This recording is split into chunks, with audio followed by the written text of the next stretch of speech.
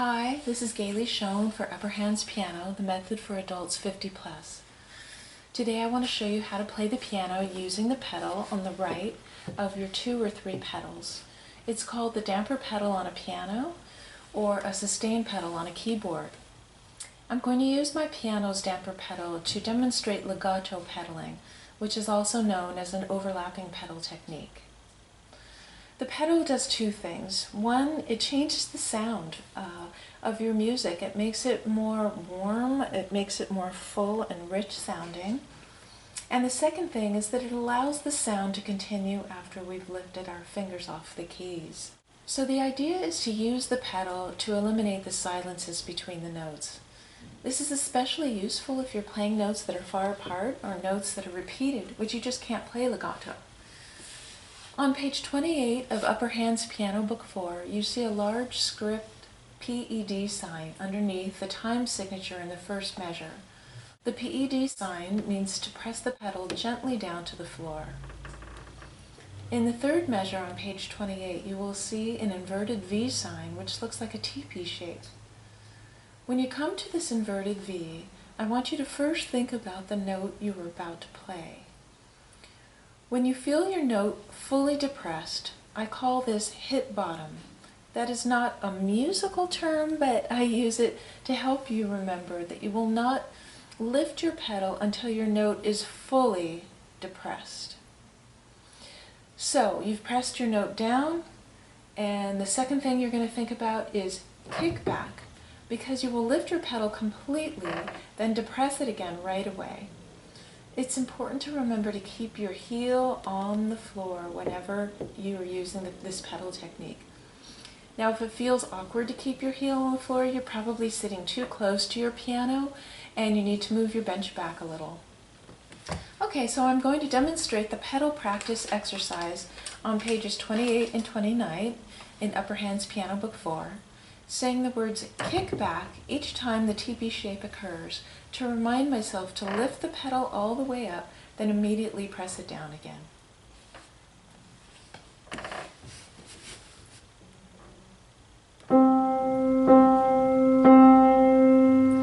Kick back, kick back,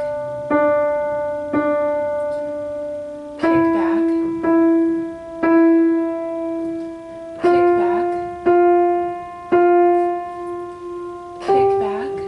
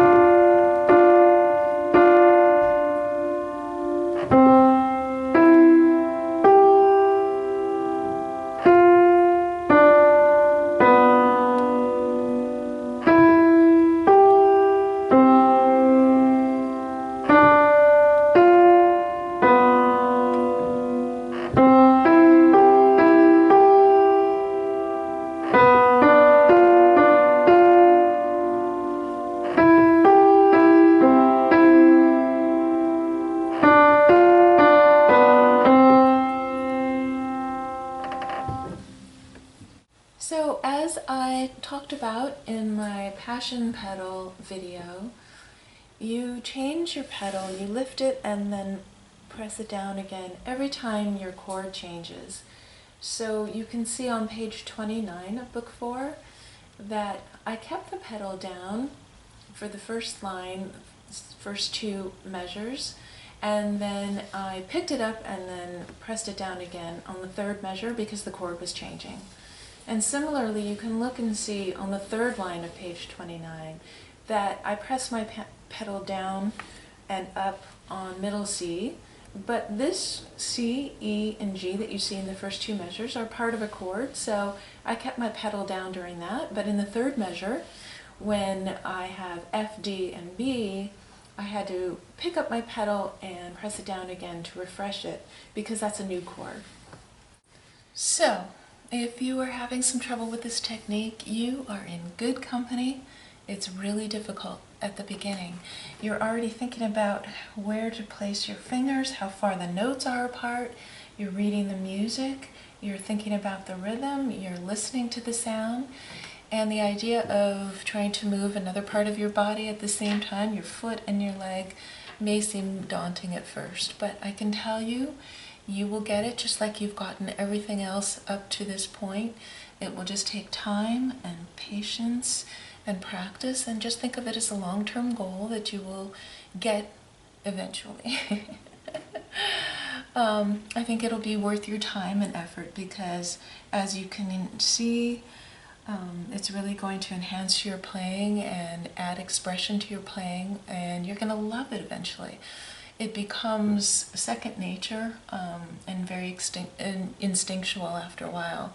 But at the beginning, just try to practice this technique maybe 5 to 10 minutes each time you practice. Not too long, we don't want to cause you any pain or injury, but just a little bit each day that you practice.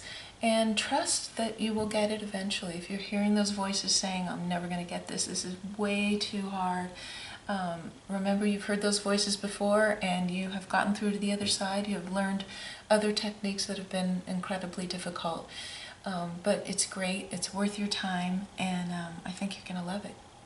All right, good luck. Thanks. Bye.